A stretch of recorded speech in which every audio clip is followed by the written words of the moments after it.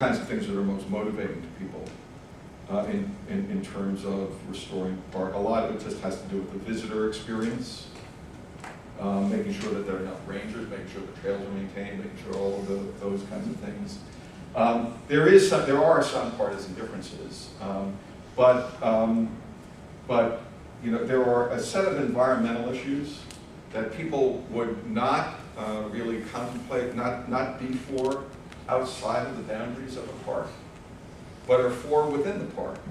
So, you know, people think the air around national parks ought to be pretty pristine and are favor kind of, you know, clean air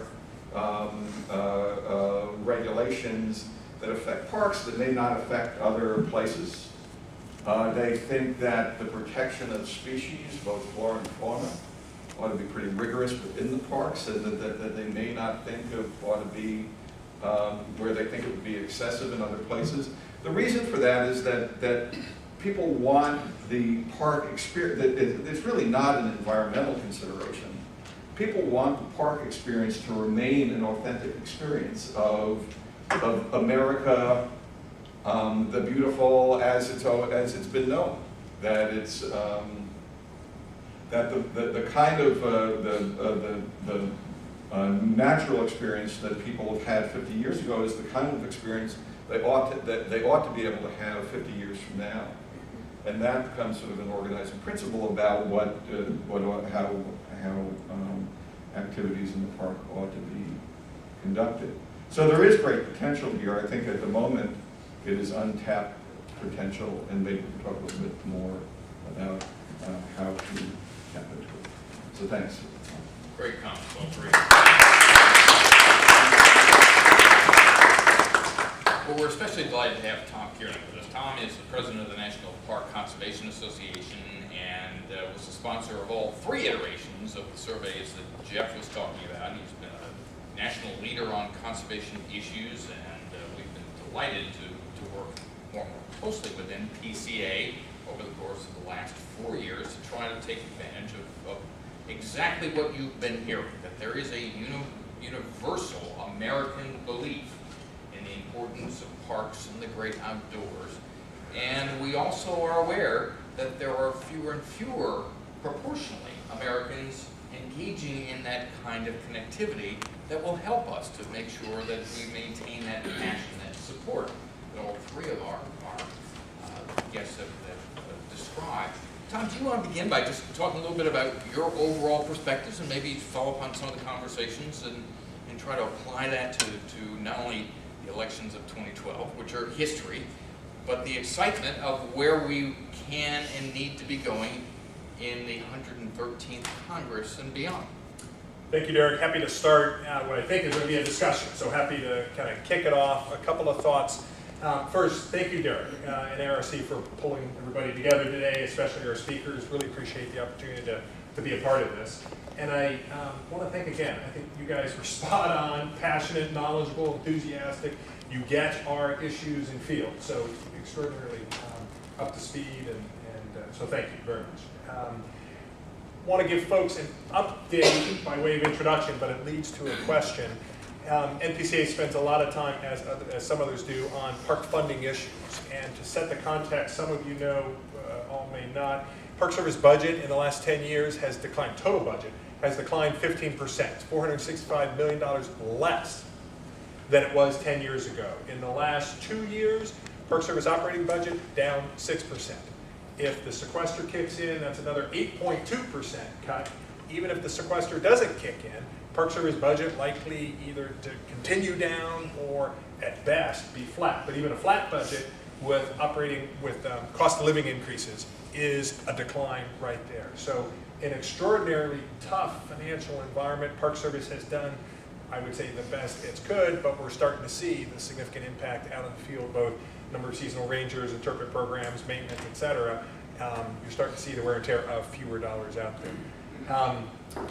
Lead up to a question, NPHA, NPCA, and the Bipartisan Policy Center are gathering a series of ideas for augmenting appropriations for the national parks with new, innovative, creative funding streams that, in essence, through some different non-appropriated dollars, either through legislation or if there's some changes on the administrative regulatory side.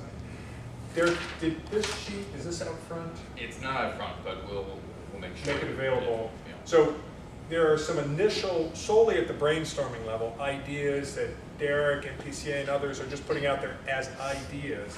And they include, for example, a matching program where federal funding maybe challenges or matches private philanthropy. The idea of penny for parks. If there's a gas tax increase, can we take a small portion of that for parks or public lands, for infrastructure? There's the idea of entrance fees. Should we increase some of those entrance fees, change the structure, perhaps charge, as many other countries do, increased fees for international visitors, because Americans are already ponying up a chunk for your taxes. An increased guest donation program, special revenue bonds, a long list of, again, just initial ideas. I'd love to come back to our pollsters, having you have studied this carefully, but your thoughts, American public response, Republican, Democratic, whatever, to potential proposals for increasing revenue around the parks, even if it means increased fees, or if the parks are doing this challenge program, encouraging reactions that you would have if there were efforts legislatively, administratively, to launch some of these creative funding strategies to augment park funding. Thoughts? The daily pass to get into Disney World is more than an annual pass to get into all the parks. When you look at park funding and the needs of the parks, a modest increase in dollar amount, it would be a huge percentage amount, but a modest increase in dollar amount, I think is exactly the kind of thing that people who love the parks would say they'd be more than happy to help. And I guarantee you they'd be more than happy to have international visitors pay. So we haven't polled specific amounts to see where the tolerance levels are. But conceptually, Dan and I found ourselves in conversation as a result of this survey, wondering why in the world we're charging a mere pittance to go see some of the most majestic, awe-inspiring places in the world. Now, we get the idea that you want to have access to everybody. I mean, that's an important concept. But the charges right now are so minimal that it's hard to imagine anybody who has the money to actually get to some of the parks finding that an increase in the entry fee that would be devoted to helping the parks stay open and be vibrant would be much of an objection. It would be important to find the tipping point. I mean, part of the emotional and psychic attachment to the parks is the idea that they are a public good, that they belong to the American people, and that they are accessible to everybody, so that that there's a point at which if you go past it, I think you can diminish people's sense of that this is mine, this is ours. That the more it feels like it's a pay-as-you-go event, as opposed to a national resource and a public good, that would become more challenging. And who knows exactly what that point is. And the truth is most people probably don't know very much about how much it costs to get into a park. You can make a pretty good argument. And you could, but you really have to navigate that one piece of it. There are others of these suggestions that we have empirical evidence from the work we did together. We know that there's a lot of enthusiasm about this idea that you mentioned of public-private partnerships. Around the parks and as a way of engaging more funding. And there is also a lot of enthusiasm around engaging more volunteerism around parks as a way of meeting park needs. And that's always presents its own challenges for organizing and efficiently. But we know from the work we've done with both of you that people are, that the idea of engaging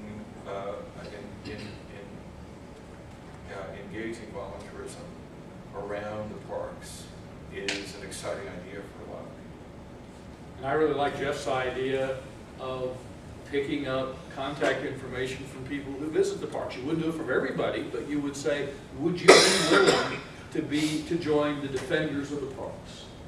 And allow us to call on you periodically for aid, for help. I can see millions of people being perfectly willing to give up contact information for that purpose who might not be willing to give up contact information for a whole lot of other purposes. One thing that we tell groups sometimes is to look for unlikely allies in these issues. Kind of when you're trying to find solutions to these problems. And Jeff had talked about public-private partnerships, and I'm sure the parks probably do some of this. But you go into the Smithsonian, sometimes you'll see this exhibit made possible by Coca-Cola or something. And now, nobody wants the Grand Canyon of Exxon. Nobody wants that. But looking for areas where you can find not just like corporate foundation sponsorships or however you can get it, but some sort of corporate sponsorships. A visitor center. Yeah, and again, I'm sure the parks probably do some of that, but an aggressive effort could be an area that could maybe pay some dividends.